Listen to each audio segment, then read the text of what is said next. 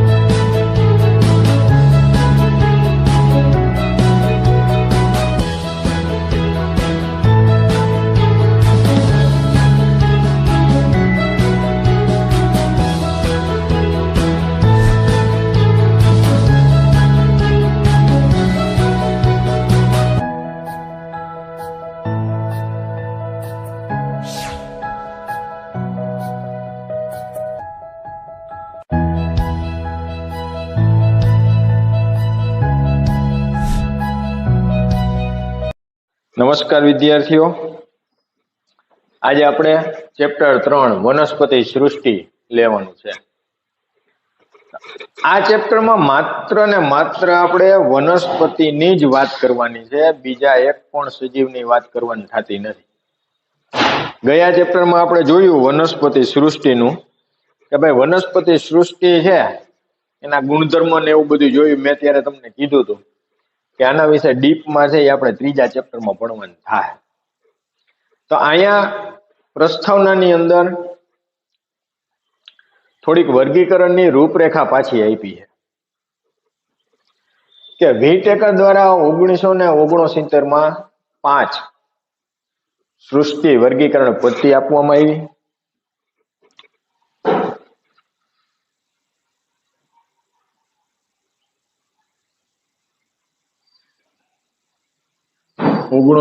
માં 5 સૃષ્ટિ વર્ગીકરણ પદ્ધતિ આપવામાં આવેલ।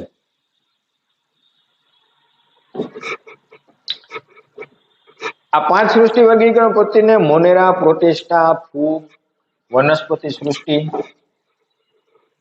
મોનેરા, પ્રોટિસ્ટા, ફૂગ, વનસ્પતિ સૃષ્ટિ અને પ્રાણી સૃષ્ટિ માં વર્ગીકૃત કરેલ।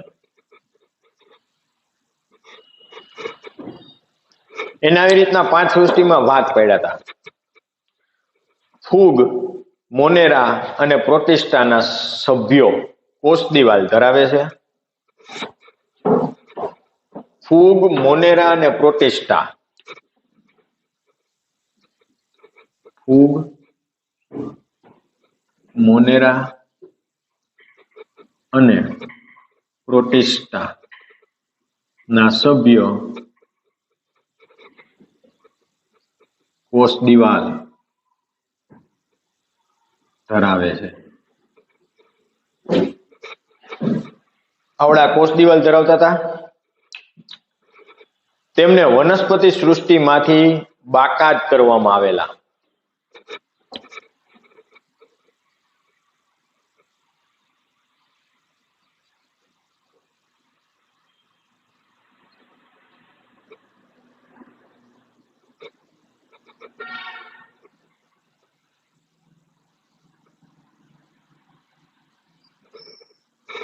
એને વનસ્પતિ સૃષ્ટિમાંથી દૂર કરી નાખ્યા હતા।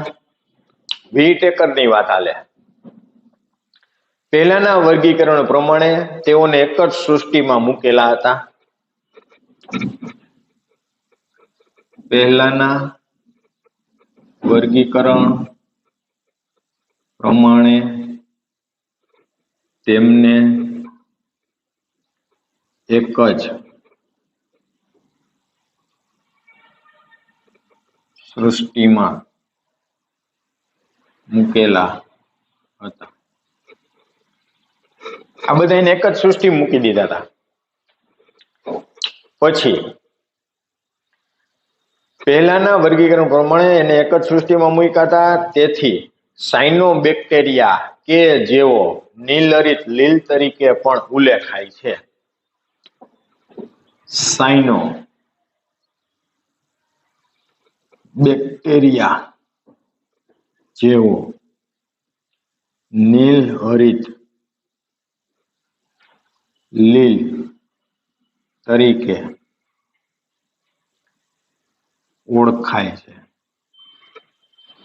આ સાયનોબેક્ટેરિયા છે નીલહરિત લીલ છે કારણ કે તે હરિતદ્રવ્ય ધરાવે છે, પ્રકાશ સંશ્લેષણની પ્રક્રિયા કરે છે અને પોતાનો ખોરાક જાતે બનાવે છે, એટલે એને નીલહરિત લીલ તરીકે ઓળખવામાં આવ્યા. જે લીલથી વિશેષ કાંઈ બીજું નથી. લીલ કરતા કાંઈ બીજું વધારે એનામાં કોઈ ગુણધર્મ નથી. એટલે એ લીલ જેવા જ છે. જે લીલથી વિશેષ, જે લીલથી વિશેષ કાંઈ બીજું નથી.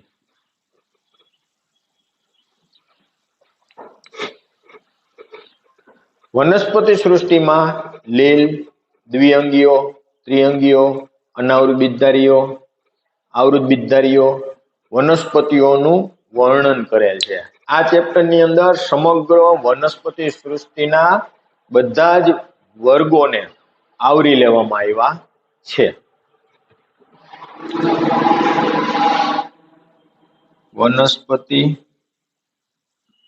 સૃષ્ટિમાં લીલ, લીલ એટલે જે પ્રથમ ઉત્પન્ન થયેલો સજીવ પૃથ્વી ઉપર વનસ્પતિ સમુદાયમાં, વનસ્પતિ સૃષ્ટિમાં સૌ પ્રથમ ઉત્પન્ન થયેલ વનસ્પતિ છે. લીલ છે ને આદ્ય વનસ્પતિ તરીકે ઓળખવામાં આવે છે. એની અંદર ઉદ્વિકાસ થયો, તેમાંથી બીજી ઉચ્ચ કક્ષાની વનસ્પતિઓ ક્રમશઃ વૃદ્ધિ પામી. ક્રમશઃ એટલે પેલા લીલ આવે, એનાથી જટિલ રચના વાળી વનસ્પતિ દ્વિઅંગી, એનાથી જટિલ રચના વાળી વનસ્પતિ ત્રિઅંગીઓ, પછી અનાવૃત બીજધારીઓ અને આવૃત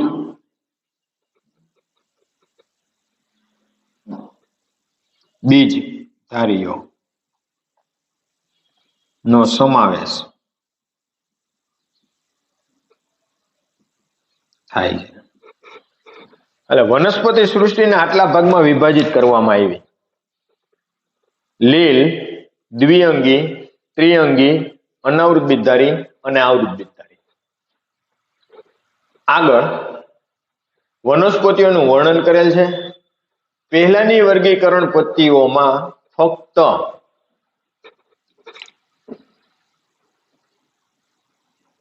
પહેલાની વર્ગીકરણ પદ્ધતિમાં ફક્ત ખાલી કોનો સમાવેશ થતો? પદ્ધતિમાં પ્રકૃતિ, રંગ, પર્ણોની સંખ્યા, આકાર, એટલે કે વનસ્પતિની સજીવની પ્રકૃતિ, એનો રંગ, પર્ણોની સંખ્યા, તેનો આકાર, આવા ગુણધર્મોને ધ્યાનમાં રાખી અને એનું વર્ગીકરણ કરવામાં આવતું. વગેરે જેવા વનસ્પતિના ગુણધર્મોને ધ્યાનમાં રાખતા બાબતો જ ને ઉપર છેલ્લા બાહ્યાકાર લક્ષણોનો ઉપયોગ થતો હતો. જેવા ઉપર છલ્લા બાહ્યાકાર લક્ષણો નો ઉપયોગ થતો હતો. આવા જ લક્ષણોને ધ્યાનમાં રાખી અને વર્ગીકરણ કરવામાં આવતું હતું. કોઈ જટિલ રચના વિશે ધ્યાન દોરવામાં આવતું નહીં. જેમાં મુખ્યત્વે વાનસ્પતિક લક્ષણો કે પુકેસર ચક્ર રચના પર જે મુખ્યત્વે વાનસ્પતિક લક્ષણો તથા વાનસ્પતિક લક્ષણો વનસ્પતિના લક્ષણો કે પુકેસર ચક્ર રચના પર આધારિત હતી. પુકેસરીય રચના પર આધારિત હતી. આટલા જ મુદ્દાને ધ્યાનમાં લેવામાં આવતા. બીજા કોઈ મુદ્દાને ધ્યાનમાં લીધા નહોતા. એના પછી આવ્યા લિનિયસ. આ વાત હતી કોની? વ્હીટેકર.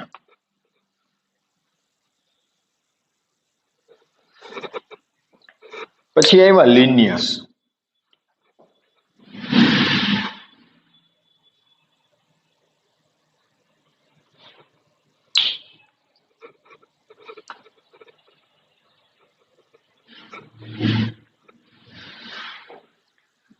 લિનિયસ દ્વારા આપવામાં આવેલી જે કૃત્રિમ લિનિયસ દ્વારા જે પદ્ધતિ આપવામાં આવી, લિનિયસ દ્વારા આપવામાં આવેલી જે કૃત્રિમ પદ્ધતિ હતી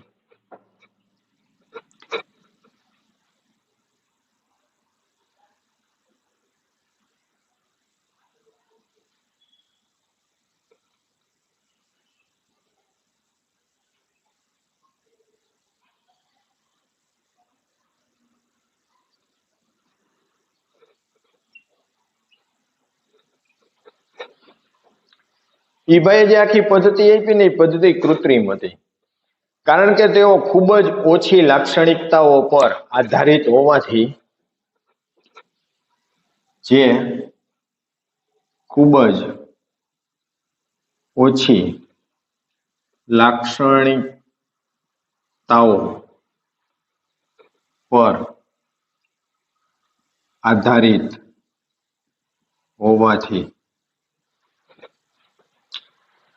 બહુ ઓછા લક્ષણોને ધ્યાનમાં રાખતા નજીકની સંબંધી જાતિઓને અલગ કરેલી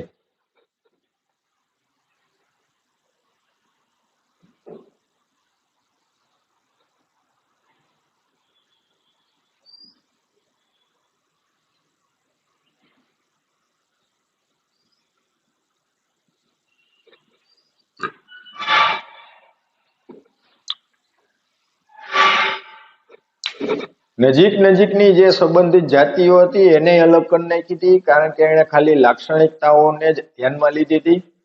હકીકતમાં નજીકની સંબંધિત જાતિઓને અલગ કરી શકાય નહીં. એના ગુણધર્મો એકબીજાને મળતા આવતા હોય. તો આપણે જુદી જુદી કક્ષાઓ વિશે ચેપ્ટર 1 માં ભણ્યા, ત્યાં વાત કરી હતી કે સમાન ગુણધર્મ ધરાવતા લક્ષણોને શું કહેવાય? પ્રજાતિ કહેવાય. પછી નજીકના લક્ષણો ધરાવતી બે જુદી જુદી પ્રજાતિઓ ભેગી થાય એટલે ઉપરનો ક્રમ ચાલુ થતો હતો, કુળ, ગોત્ર, વર્ગ, વિભાગ. તો આ ભાઈએ શું કર્યું? થોડો ઘણો પણ ફેરફાર હોય તો એને અલગ કરી નાખી. સામાન્ય એવા લક્ષણોમાં ફેરફાર હોય તો એને અલગ અલગ કરી નાખ્યા, જેને કારણે વર્ગીકરણ એકદમ શું થઈ જાય? વિશાળ થઈ જાય. વધુમાં કૃત્રિમ પદ્ધતિઓ વાનસ્પતિક અને લિંગી લક્ષણોને એક સરખું મહત્વ આપેલ છે. કૃત્રિમ પદ્ધતિઓ અને વાનસ્પતિક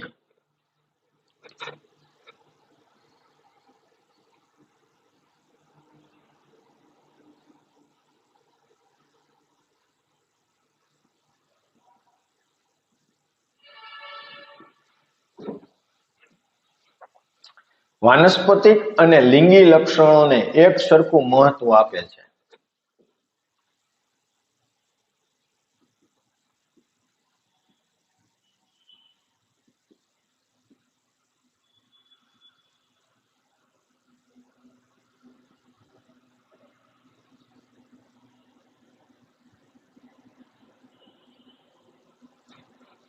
બધાને સમાન મહત્વ દઈ દીધું.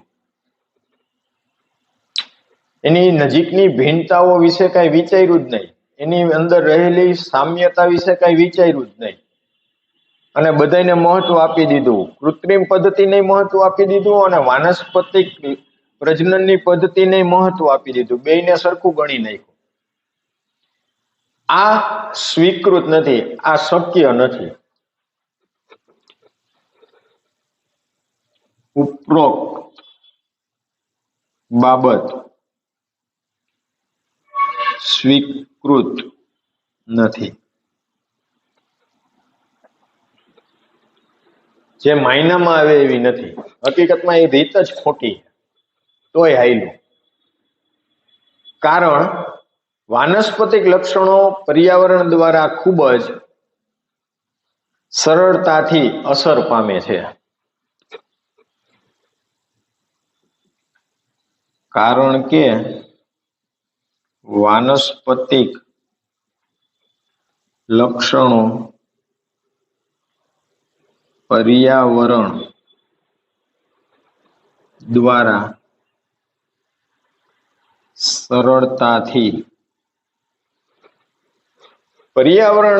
સરળતાથી અસર પામે છે.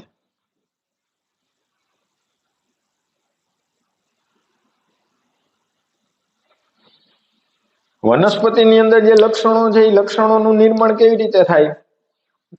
તો કે દરેક વનસ્પતિ પોતાની આસપાસ આવેલા પર્યાવરણ સાથે તાદાત્મ્ય સાધે, એટલે કે અનુકૂલન સાધે. વનસ્પતિ પર્યાવરણ અરે છોકરા અનુકૂલન સાધે એટલે એની અંદર આંતરિક કે બાહ્ય એના દેહમાં તે એવા ફેરફાર કરે કે જેથી તે પર્યાવરણમાં સારી રીતે રહી શકે. એવા એ પોતાની અંદર ફેરફાર કરે અને પર્યાવરણની હારે એ મેચ થઈ જાય. એનાથી વિરુદ્ધમાં નૈસર્ગિક વર્ગીકરણ પદ્ધતિઓ વિકાસ પામી.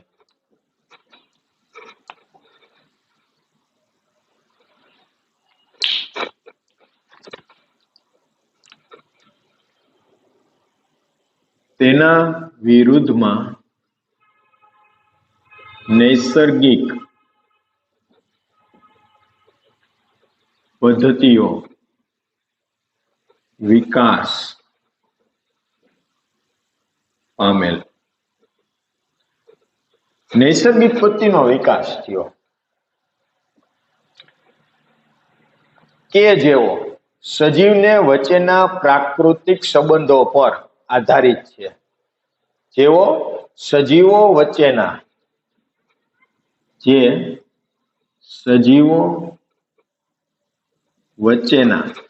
એટલે સજીવ વચ્ચેના પ્રાકૃતિક સંબંધો પર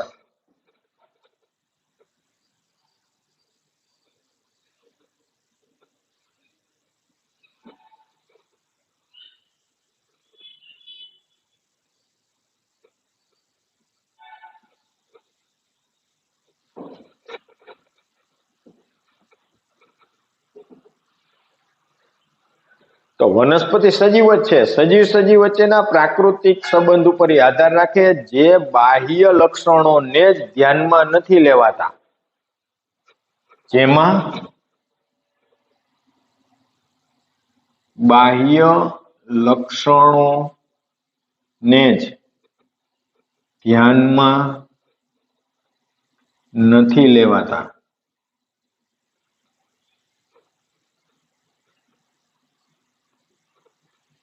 ખાલી બાહ્ય લક્ષણને ધ્યાનમાં રાખીને આ પ્રક્રિયા કરવામાં આવતી નથી,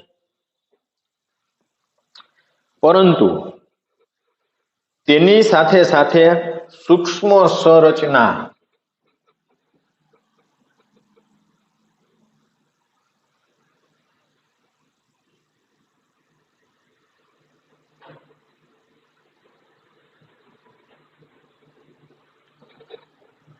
એની સૂક્ષ્મ સંરચના, અંતસ્થ રચના, ભ્રૂણ વિદ્યા,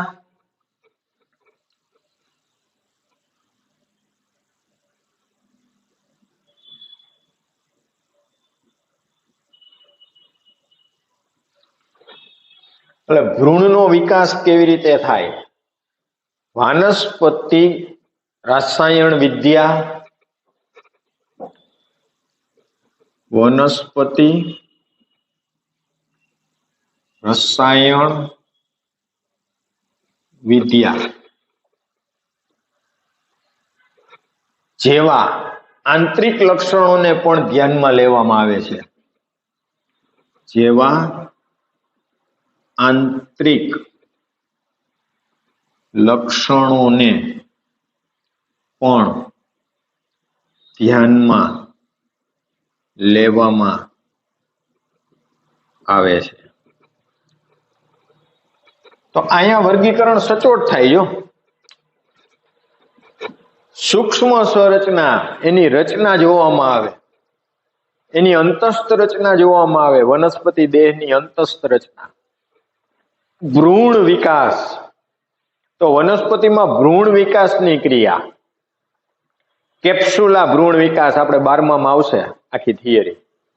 તો અહીંયા ભ્રૂણ વિકાસને ધ્યાનમાં લેવામાં આવે. અને વનસ્પતિ રસાયણ વિદ્યા, એમાં કેવા પ્રકારના રાસાયણિક બંધારણો આવેલા છે એને પણ ધ્યાનમાં લેવામાં આવે. તો આ બધા મુદ્દાને જો તમે આવરી લ્યો તો વર્ગીકરણ છે એ તમારું કેવું થાય, સચોટ થાય, સતી રહિત થવાની શક્યતા ખરી, ખોટું ન થાય. એના પછી વાત આવે બેન્થામ અને ડાલ્સર, ડાલ્ટહુક, એની વાત આવે. પેલા આપણે આટલું જોઈ લે એટલે એ લોકોનો મુદ્દો આમાં પછી આવી જાય. પેલા આખો પોઝ લઈ લ્યો તમે.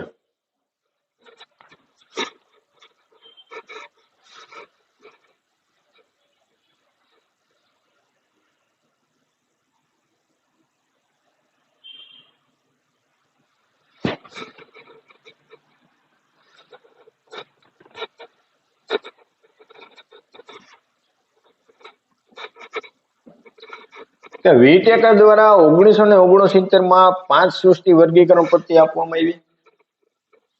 મોનેરા, પ્રોટિસ્ટા, ફૂગ, વનસ્પતિ સૃષ્ટિ, પ્રાણી સૃષ્ટિમાં એને વર્ગીકરણ કર્યું. ફૂગ, મોનેરા અને પ્રોટિસ્ટા ના સભ્યો કોષ દિવાલ ધરાવતા હતા. તેમને વનસ્પતિ સૃષ્ટિમાંથી બાકાત કરવામાં આવ્યા, બહાર લઈ લીધા. પહેલાના વર્ગીકરણ પ્રમાણે તેમને એક જ સૃષ્ટિમાં મૂક્યા હતા.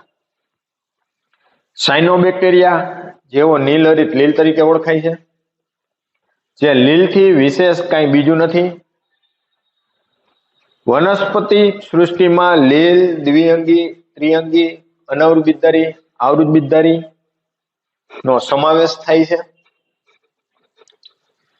પહેલાની વર્ગીકરણ પદ્ધતિમાં ફક્ત પ્રકૃતિ, રંગ, પર્ણની સંખ્યા અને એનો આકાર જેવા ઉપર છેલ્લા બાહ્યાકાર વિદ્યાના લક્ષણોને ધ્યાનમાં લેતા હતા.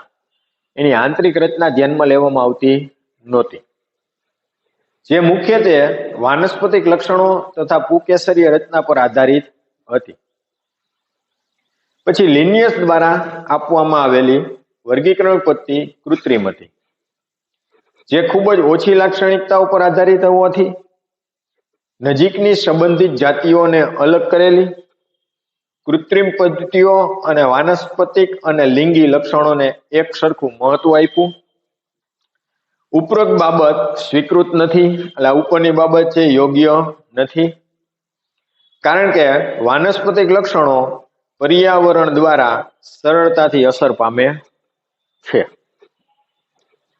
તેના વિરુદ્ધમાં નૈસર્ગિક પદ્ધતિઓ વિકાસ પામી, જે સજીવો વચ્ચેના પ્રાકૃતિક સંબંધો ઉપર આધાર રાખતી હતી.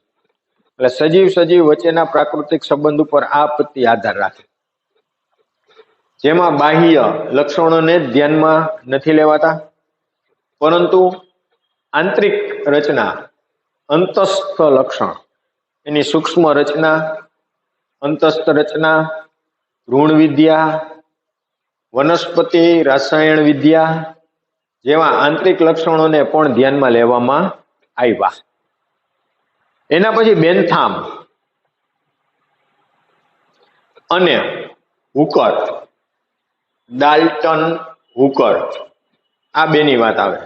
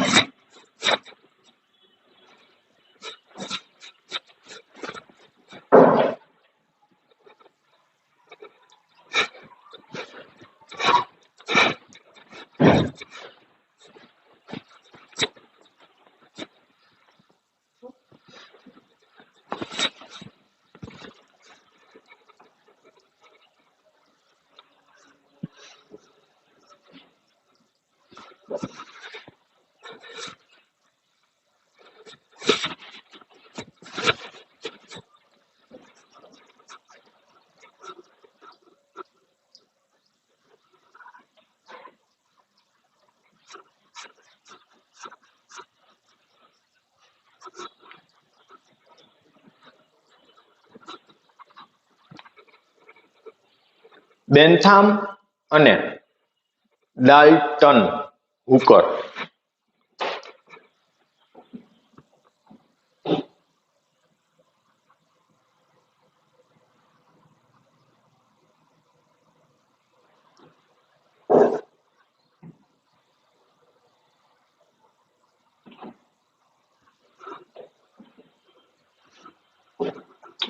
ડાલ્ટન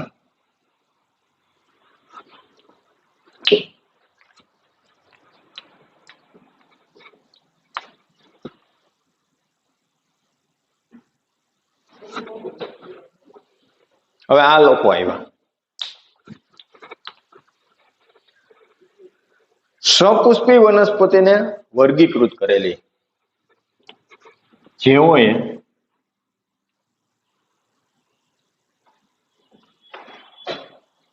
સપુષ્પીય વનસ્પતિને વર્ગીકૃત કરે, એટલે કે પુષ્પ આપતી હોય ને એવી જ વનસ્પતિનું એને વર્ગીકરણ કર્યું. જે વનસ્પતિમાં પુખ્ત અવસ્થાએ લિંગી પ્રજનન કરવા માટે પુષ્પનું નિર્માણ થાય, આવી વનસ્પતિને સપુષ્પી વનસ્પતિ કહે છે. હાલમાં જાતિ વિકાસકીય વર્ગીકરણ પદ્ધતિઓએ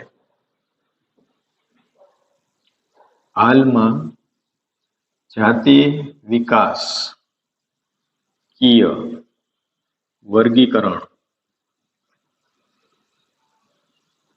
પદ્ધતિઓ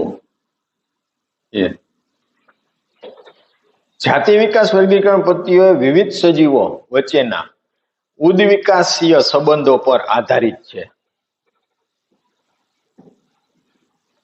એ કોની ઉપર આધાર રાખે? વિવિધ સજીવો વચ્ચેના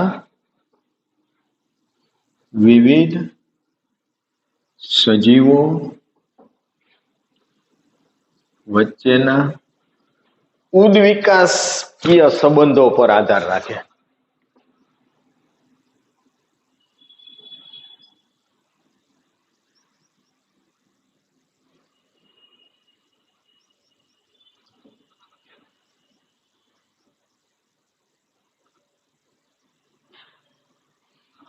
એટલે સજીવો અને વનસ્પતિનો ઉદ્વિકાસ કેવી રીતે થયો છે ને એની ઉપર આ પદ્ધતિ આધાર રાખે. જે સ્વીકાર્ય છે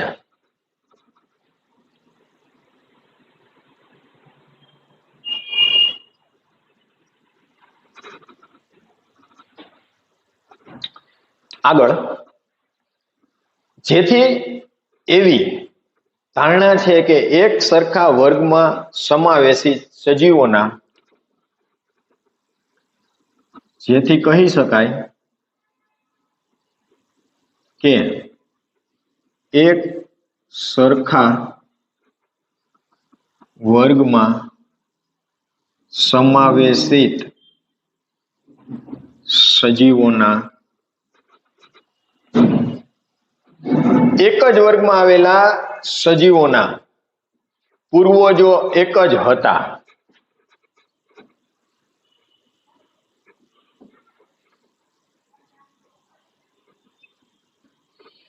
કારણ કે એક જ વર્ગમાં કોને મૂક્યા? તો કે જેની અંદર લક્ષણો બધા કેવા છે, સમાન છે, એને એક વર્ગમાં મૂક્યા. તો એની પરથી એવું કહી શકાય કે એ બધાના પૂર્વજો એક જ હોય. અશ્મિઓના પુરાવા ન હોય ત્યારે આ માહિતી ખૂબ જ મહત્વની બને. આપણે જ્યારે જોડતી કડી ગોતતા હોય કે આના પૂર્વજ કોણ ને આના પૂર્વજ કોણ ને, તો આપણી પાસે જ્યારે અશ્મિ પુરાવા ન હોય,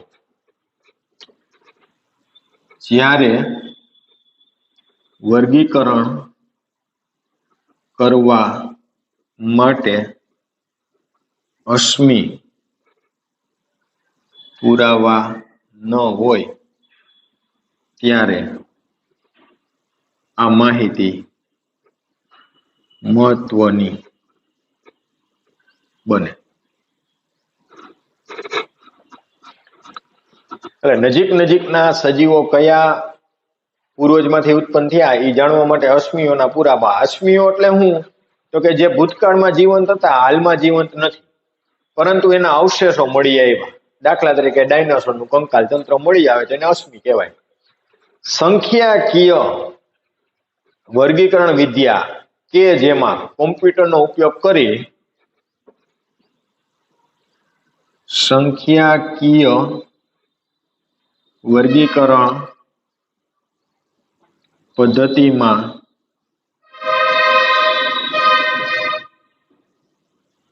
કોમ્પ્યુટરનો ઉપયોગ કરી સંખ્યાકીય માહિતી જોતી હોય, કોમ્પ્યુટરનો ઉપયોગ કરી સરળતાથી માહિતી મળી જ શકે.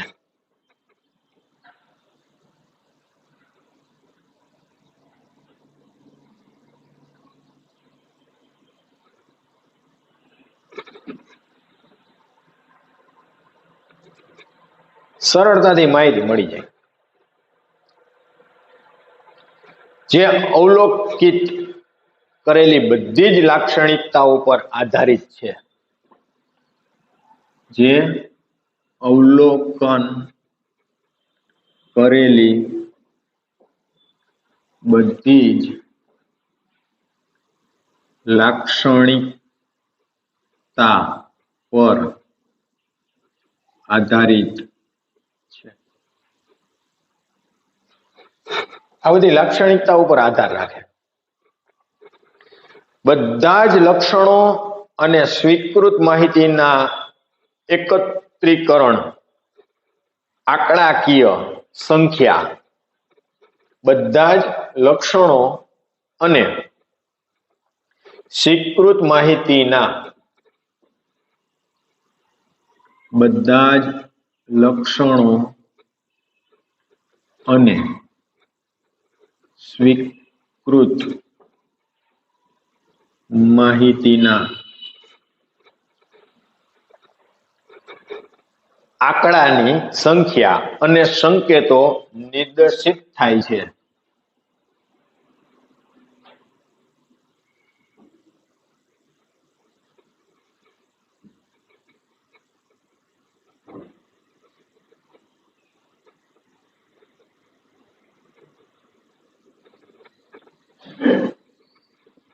બધી જ માહિતી એમાં તમને મળી રહે.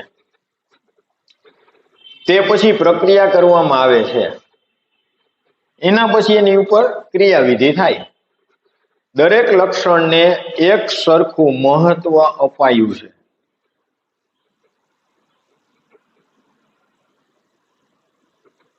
સમાન મહત્વ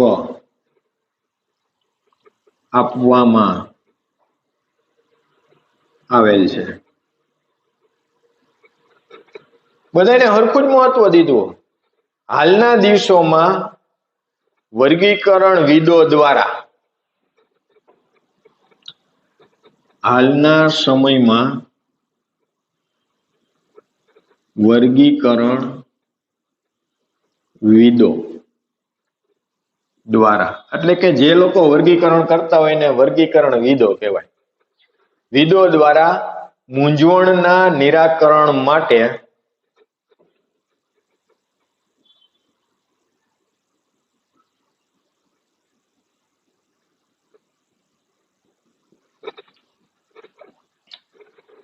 કોષ વર્ગીકરણ વિદ્યા કે જે રંગસૂત્રની સંખ્યા, કોષ વર્ગીકરણ વિદ્યા રંગસૂત્રોની સંખ્યા, આગળ એની રચના વર્તુળક જેવી, રચના વર્તુળક જેવી કોષ વિદ્યાકીય માહિતી અને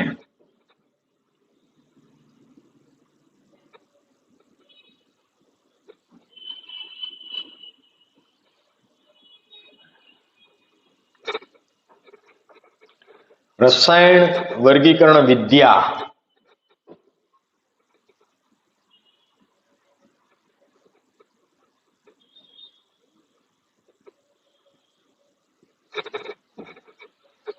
કે જે વનસ્પતિઓની રાસાયણિક ઘટકો ઉપયોગમાં લેવાય છે, જેમાં વનસ્પતિના રાસાયણિક ઘટકો ઉપયોગમાં લેવાય છે. આ બધા જ મુદ્દા વિશે આપણે ક્રમશઃ ચેપ્ટરમાં લેવાનું છે. અહીંયા આપણી પ્રસ્તાવના પૂરી થાય છે. આપણે દરેક વર્ગને ડીપમાં લેવાનો છે, ઊંડાણપૂર્વકની ચર્ચા કરવાની છે. લીલ તો લીલના બધાય પ્રકારો આવી જાય. એકવાર પોઝ લઈ લ્યો.